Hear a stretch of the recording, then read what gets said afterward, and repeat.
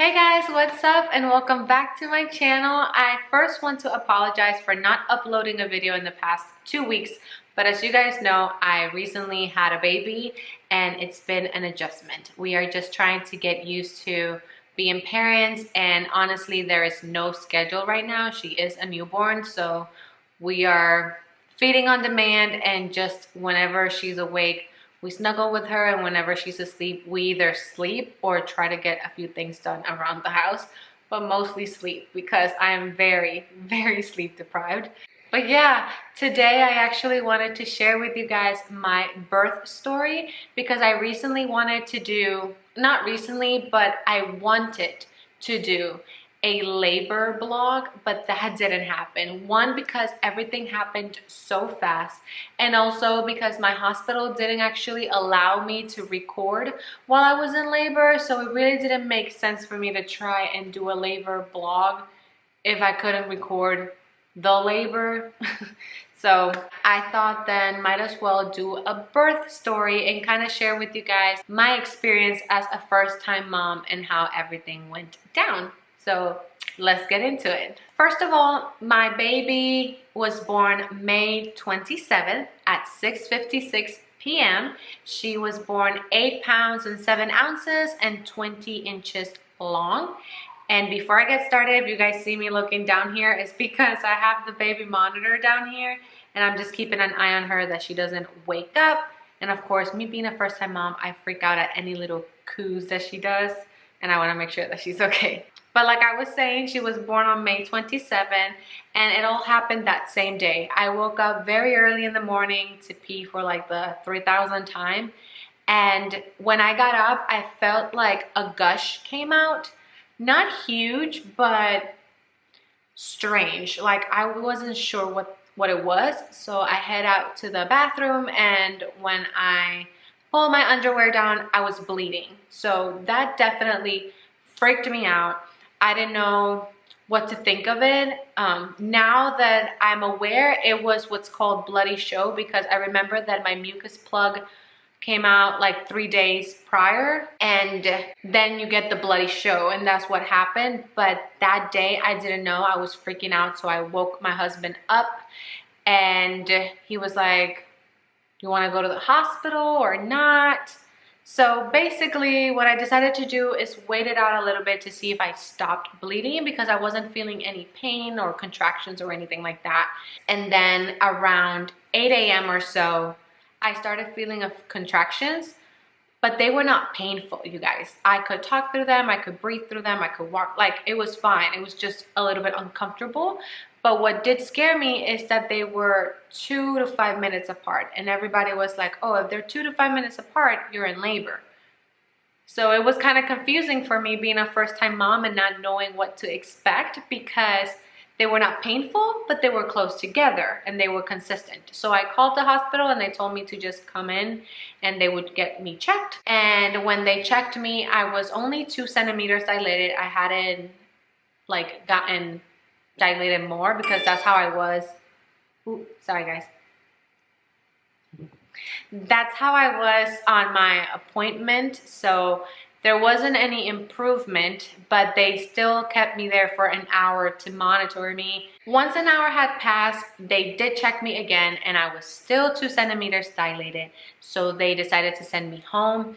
They did tell me that yes, it was a bloody show and that I could have my baby within the next 24 hours, or sometimes it happens in the next few days.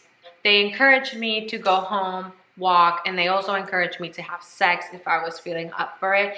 And honestly, if you were contracting and you had sex, props to you, because I was not feeling it. I didn't want anybody to touch me. So nevertheless, I did not want to have sex, but they do encourage it because of course it helps you get dilated. So we went home. I told my husband, let's grab something to eat because I feel like this baby is coming today. And I just kept monitoring my contractions at home. They started to get stronger. I monitored them from 11:48 till like 4 p.m. or 5 p.m. that we decided to go to the hospital again. So throughout that time, I was contracting. They started getting painful. I told my husband, make me a ginger tea, because my mom said ginger teas induce labor, and I don't know if that helped or what, but I did have a baby that day. And then once he did that, I told him, let's go on a walk, because I'm having this baby today. She's coming out today. So we went on a walk, and it was like a 45-minute walk. You guys, I don't know how I even did it, but I did. It's true that I was stopping a lot, and it started to get really painful, and it started to get really hard to breathe through them and talk through them. So then my husband kept insisting to go to the hospital. So I decided, okay, let me just hop in the shower and you get everything ready. He loaded everything in the truck while I took a shower, and then we headed out to the hospital. I called the hospital on my way there, and they were saying, okay, then if you feel like you are, then come back, we'll get you checked, yada, yada. So I got admitted, and I don't want to make this seem, she's going, I don't want to make this seem like they didn't believe me, because during the whole labor and during my whole stay, my nurses were freaking amazing.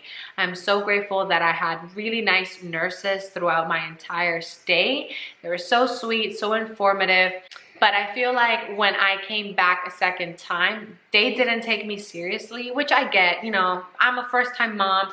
I'm probably freaking out about the littlest things, and it may have been nothing, right? So they kept me waiting for like maybe 30 minutes, 40 minutes till they went in there and checked me. I think maybe around 30 minutes, but it felt like a lifetime, because I was in so much pain, and I was by myself because my husband couldn't be there until they knew for sure that I was gonna be in labor because of whole COVID. And I was just trying not to cry, trying not to scream, just breathe through my contractions. When they finally came in and they checked me, I was 7 centimeters dilated. I was ready. I was almost there to deliver this baby. She was like, whoa, you're 7 centimeters dilated. Let's get ready. You're having this baby. And I called my husband. He came in and brought everything. Like I say, I get goosebumps. And the contractions, how I can explain them, it's freaking painful. I don't know. A lot of people say that you can either feel them in the front or in the back. My entire pain and contractions was in my back. I did not feel any pain whatsoever in my abdominal area. None. Okay? None. I felt all the pain in my back. And it was like a Charlie horse mixed with something else. And I remember a friend of mine, she told me it's like a Charlie horse, and it really is, but there's no way of getting it, like it's just there. And the more desperate you get, the painful it gets. It's insane. So at the beginning I would freak out because it was so painful, and the nurse would just tell me to breathe, and she taught my husband how to kind of like put pressure on my lower back to help me with the pain. It did not take it away, but it did make it a bit easier for me to focus on breathing. So my husband would put pressure on my lower back while I was breathing, and that really did help the contractions. But if you freak out and scream, it just makes it worse, and it lasts longer, I feel like. But when I would focus on breathing, the contractions would not, the pain would not go away, but it would just be shorter. You know what I mean? So at some point in time, I started to feel so much pain that I told my nurse that I needed to push this baby. So they went ahead and checked me again, and when they did, my water broke. And when my water broke, the pain got really, really intense. And now that I know how it feels when your water breaks, they say, you know, it's either a trickle or a gush. And I was like, what the heck does that even mean? The way I can describe it is like they just threw a balloon full of water into your underwear and you just got completely wet. That's how it felt for me. It was just like I had no control over it. I didn't feel like I pushed and it happened. it just happened. And your entire bottom is wet. And then the pain intensifies and you really need to push. So again, I just kept telling the nurse, I feel like I need to push. I really feel like I need to push. I don't think I can hold it. And when my water broke, the nurse was like, go ahead and push, start pushing, start getting ready.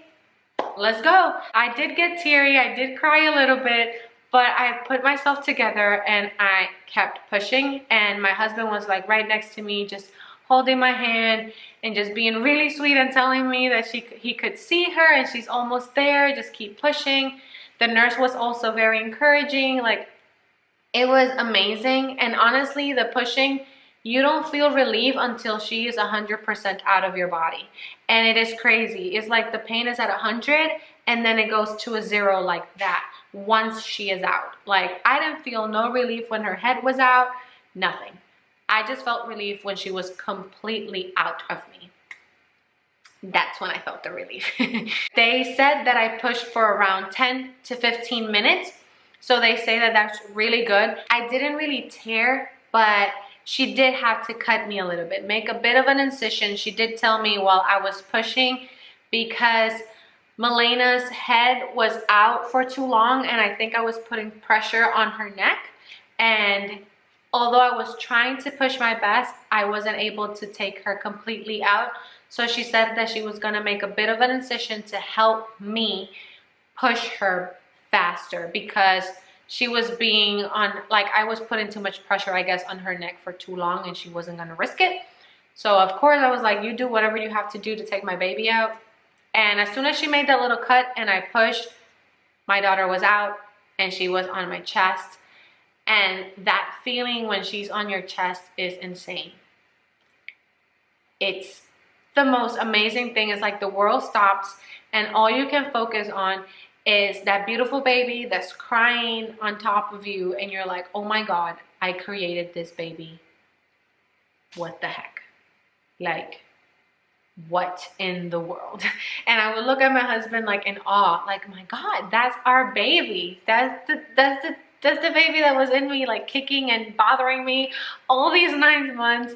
And she is beautiful and she is healthy and she is gorgeous. And it was freaking amazing. And then seeing my husband cutting the umbilical cord and holding her. Of course, afterwards, I was super exhausted and my doctor took the placenta out and then she stitched me back up.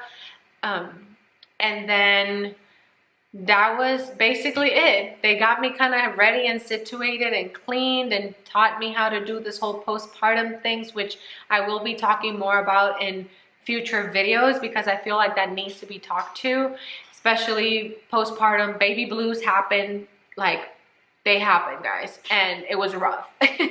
And just all of that. And also breastfeeding, I'm definitely going to talk about that as well because it's a lot and it's something that I don't feel like is talked to enough, especially like the postpartum, because we're so focused on how beautiful our baby is that we tend to forget what we went through and what our body went through, because of course it doesn't matter compared to you have a child with you and you created life and she is healthy, but still it should be talked to. I mean, it should be talked about more because it happens and it's rough and we all go through it and we should support each other, right? Yeah, and that is it for this video. I really hope you guys enjoyed it and I do apologize if it was a bit long or rambly. I just wanted to make it as raw as possible. As you can see, I'm sitting in my dining room, just chilling, looking at my daughter through the baby monitor. Like, I don't have time to kind of make it like very scriptic and perfect, although of course I want to give you guys good quality videos, but I'm just gonna give myself grace, you know? And that's the biggest advice I can give you if you're a first-time mom or you're about to deliver or you just deliver and are kind of being hard on yourself. Give yourself grace, girl. You just had a baby. You created life inside of you and it's hard and every baby is different and every mom is different.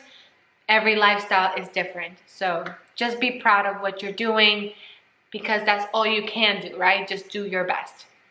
So if you did like this video, don't forget to give it a thumbs up because it does support my channel, and subscribe because, guys, the family is growing. We are at 400 subscribers.